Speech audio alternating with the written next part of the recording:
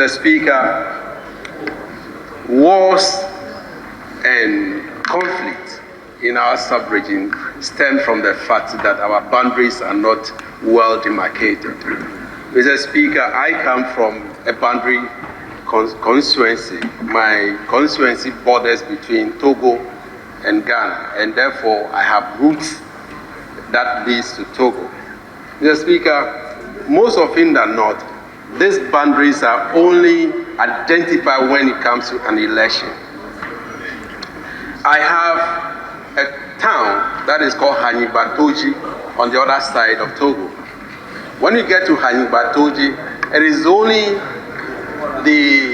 our post, that's the boundary post that divides the town into two.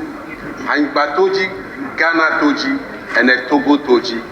You will not even identify or know where the Togo border or Togo constituency or Togo township is, or where Ghana township is, except the fact that you have the border post being identified there. One time I decided that, well, for this town not to be taken over by the Togolese, I decided to build a small school, a shed for students in that community so that they can learn English, because the half of the town belongs to Ghana and half of it belongs to Togo. Unfortunately, Mr. Speaker, that incurred the wrath of those who are from the Ghana side. They got angry because they think that I am taking over the land of the Achims. We call them Ota Achim and Ota Ashanti people. They thought I was taking over Hanyibatoji land completely and give it to the Togolese. To the extent that when it was the 2016 election, my opponent from our side went there and fomented trouble for me.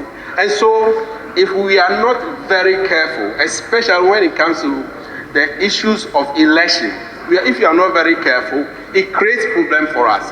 Hanyibatoji, for instance, you cannot say these people belongs to Ghana or the other people belongs to Togo, because we have one chief, and the chief presides over both Togo and Ghana. And so, where will you identify the Togolese and Ghanaians? And so, our border demarcation should be done with this at the back of our minds, that if you have people at the borderline, there's one particular town in Agotimeziopi where the main route between going to the Akatino, the main road is the one that divides Ghana from Togo.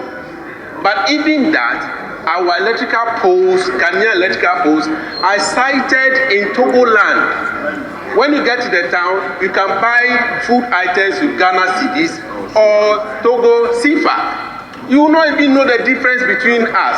These are imaginary borders and creating problem for us in our sub-region. Mr. Speaker, therefore I want to throw it to the Minister and the Boundary Commission that they should have a human face when it comes to issues about demarcation of our borderline.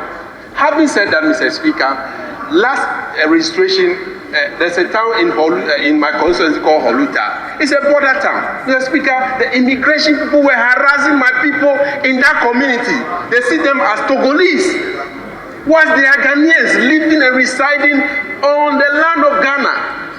And so if we are not careful and it gets to election period and we start to demarcate unimaginable border communities, then we have problem with ourselves, because we are all the same people. They are Ghanaians and they are Togolese, Mr. Speaker.